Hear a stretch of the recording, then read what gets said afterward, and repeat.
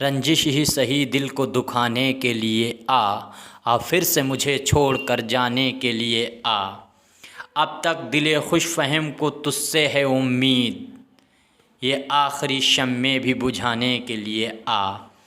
नाजरीन, मैं हूँ बिस्मिल आफ्ताब आलम और आप देख रहे हैं उर्दू हिंदी नॉलेज चैनल। जो सिलसिला चल रहा था यूपी टीजीटी का, उसी के आगे बात करते हैं। ये वीडियो नंबर 4 है। इसमें जानेंगे वही सवाल और उसका जवाब एक ही लाइन में आपके सामने मैं रखूँगा। और इसको वैसे आसान रहता है याद करने में, जैसे मैंने यहाँ पे कोट किया हुआ है। अलग अलग तरह से याद करना मुश्किल होता है, वन लाइन के हिसाब से ही आप अपने अंदाज में इसको याद कीजिए। सर सैयद अहमद ख़ान पे बात करते हैं। सर सैयद अहमद ख़ान को याद रखना, सभी जानते हैं इनको सर का ख़िताब अंग्रेज़ी हुकूमत की तरफ से मिला था।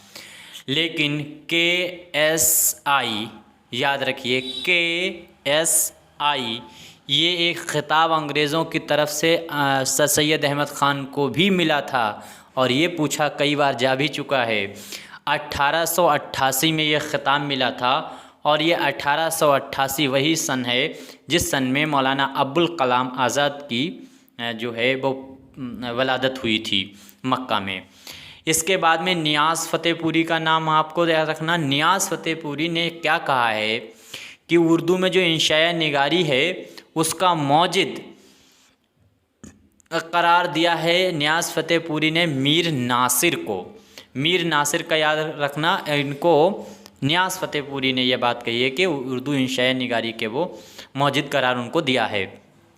इसके बाद में इंशाया जो है, इंशाया निगारी की बुनियाद उर्दू में कहाँ से आई?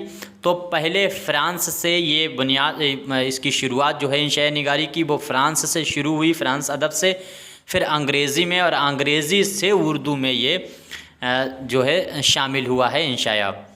सर सैयद अहमद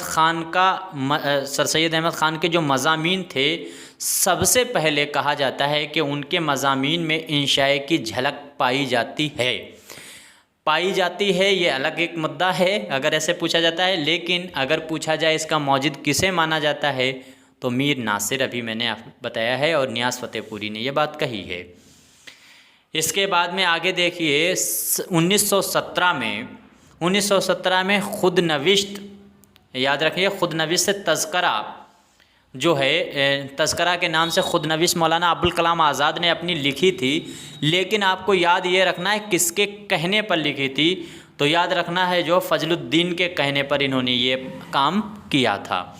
इसके बाद में याद रहे, जिस तरह से यास अगना चंगेज़ी जो हैं, वो क्या है कि चंगेज़ी जो थे वो गालिब शिकन अपने आप को कहा करते थे। एक लंबी कहानी है कि गालिब पे उन्होंने 24 रुबाइयाँ कही थी, जो अपने आप को गालिब शिकन कहा करते थे, और उन पे बहुत से अशार जो गलती गालिब की खामियों पर वो करते थे, लिखते थे।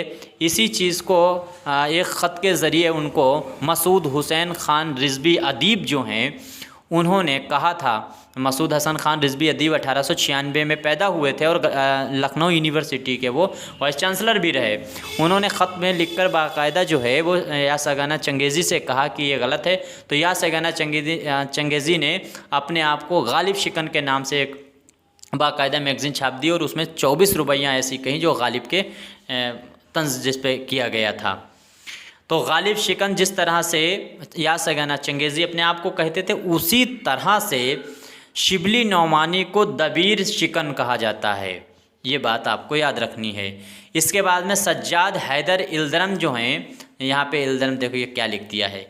सज्जाद हैदर इल्दरम जो हैं, सज्जाद हैदर इल्दरम का जो कलमी नाम है वो आपको याद रखना है खानी ख़ान मिस्टर सोलरी अलीग जो है वो इनका कलमी नाम है, इसको याद भी रखना है।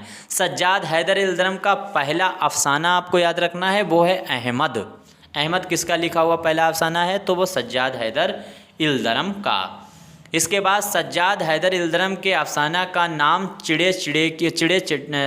चिड़िया और चिड़े की कहानी है। ये अफसाना है लिखा हुआ सज्जाद हैदर इल्दरम का, और ठीक इसी कहानी को ख़त नंबर 19 में गुबारे ख़ातिर के अंदर मौलाना अब्दुल कलाम आज़ाद ने भी ज़िक्र किया है चिड़े की कहानी का। सज्जाद हैदर इल्दरम का अफसानवी मजमुआ ख़यालिस्तान है जो 1911 में शाया हुआ था। इसमें तमाम मजमून शामिल हैं। कन्हैया लाल कपूर को देख लिए। कन्हैया लाल जो कपूर हैं उनका पहला मजमून आपको याद रखना है। मजमून और अफसाना और अफसानवी मजमुआ ये अलग अलग तरह से याद रखना है। तो इनका पहला मजमून जो है वो है खफकान, इनका पहला मजमून है। और इनका अफसानवी मजमुआ जो है वो है संगो खिश्त। संगो खिश्त आपको याद रखना है, लेकिन इससे भी ज़्यादा ज़रूरी ये है कि इसका इंतसाब जो है वो पतरस बुखारी के नाम है। ठीक है। और रशीद अहमद सिद्दीकी पे बात करते हैं। रशीद अहमद सिद्दीकी जो है इनका खाकों का मजमुआ है गुंजहाए गरामाया। तो ये जो है 1942 में शाया हुआ और ये खाकों का मजमुआ है। ये इसमें आपको याद रखना है कि ये है किसका लिखा हुआ, ये नहीं याद रखना। इससे ज़्यादा ज़रूरी ये याद रखना है कि ये खाकों का मजमुआ है। खाकों का मजमुआ है जिसमें 16 खाके शामिल हैं। इसी तरह मज़ामीन रशीद में कितने मजमून हैं, तो आपको याद रखना है 20। रशीद अहमद सिद्दीकी का दूसरा खाकों का मजमुआ हम नफसाने रफ्ता है जो 1960 में शाया हुआ था और इसमें सिर्फ 7 खाके शामिल हैं। इसके बाद आगे देखिए अहमद जमाल पाशा। अहमद जमाल पाशा ने रिसाला अवध पंच लखनऊ से जारी किया था और इन्होंने एक और दूसरा जो रिसाला निकलता था कौमी आवाज़, ये कौमी आवाज़ जो रिसाला था उर्दू में निकलता था और मुस्लिम लीग जो थी उसके ख़िलाफ़ निकलता था ये रिसाला।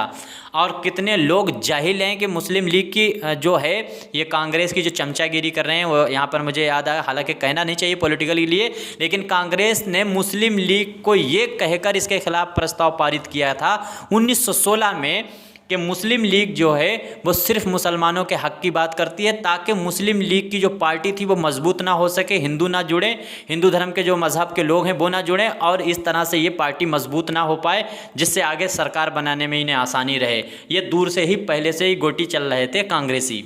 खैर, तो कौमी आवाज़ जो है इसकी इदारत में इसमें पैसा सारा जवाहरलाल नेहरू का लगता था और इसकी इदारत जो है पॉलिटिकल बात मुझे करना नहीं चाहिए, लेकिन फिर भी बात आ गई तो मैं बता देता हूँ।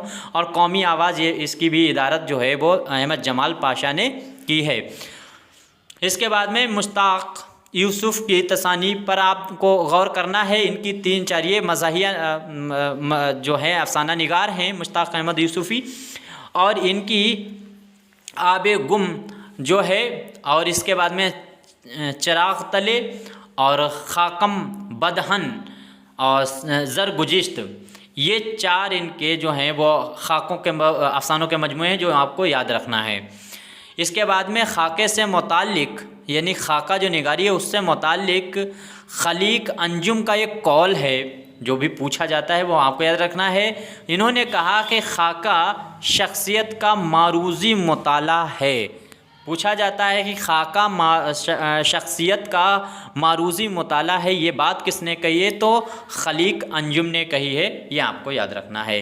इसके बाद में खाका का फ़नी लवाज़िम 5 हैं और ये 5 कौन कौन से क्या ज़रूरी 5 चीज़ें होती हैं खाके में, तो नंबर 1 में इख्तिसार है, नंबर 2 जो है वो वहदत तासीर है, तीसरे नंबर पे किरदार निगारी, चौथे नंबर पर वाक़या निगारी है और 5वें नंबर पर मंजर कशी है। इसके बाद में अब्दुल हक, मौलवी अब्दुल हक, इनको बाबाए उर्दू कहा जाता है। मौलवी अब्दुल हक का लिखा हुआ खाकों का मजमुआ जो है वो चंद हम असर के नाम से 1934 में शाया हुआ।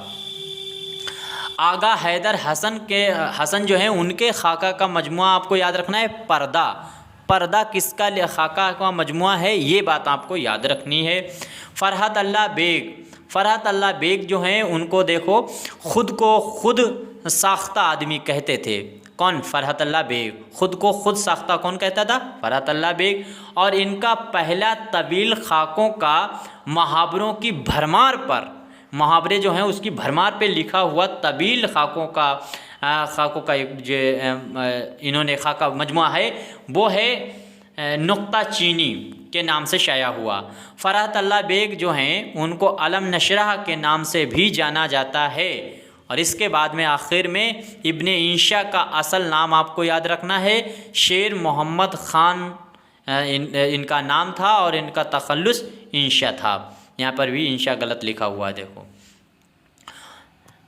उम्मीद करता हूँ समझ में आया होगा, और अगली वीडियो में जब बात करेंगे तो इसके आगे जो सवाल हैं उन पे बात करेंगे। तब तक के लिए शुक्रिया, खुदा हाफिज़।